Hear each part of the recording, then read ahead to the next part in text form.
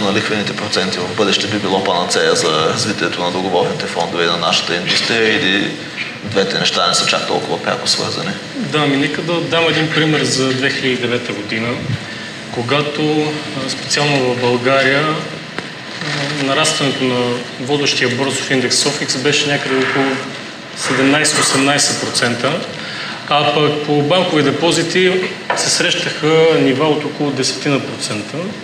Тогава, ако се претегли риска за отделните класове активи, може би много по-рационалното решение, което всъщност се случи, е, че голяма част от спестяванията на населението съвсем естествено се насочиха не към нашата индустрия, както това се случи в Европа, а основно в банковите депозити.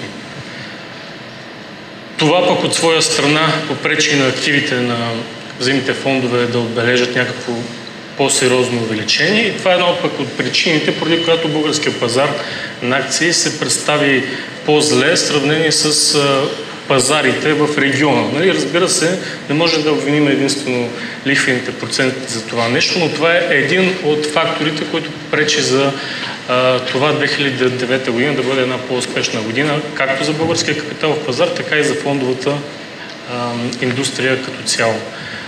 Затова аз лично смятам, че постепенното намаляване на лихвените проценти, каквото се случва от началото на тази година, и то ударно, при стабилизиране на глобалните икономически процеси, може да доведе до преливане на средства както от парични фондове към по-рискови фондове, така и от нискорискови активи към по-високи рискови активи, каквито са взаимните фондове и каквито са над 90% от предполагам от взаимните фондове в България.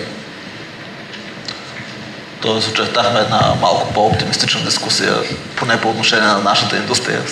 Може да очертаваме много положителни неща. Нека не забравяме, че след 2007 година българските взаимни фондове обслужваха регулярно своите обратни изкупувания.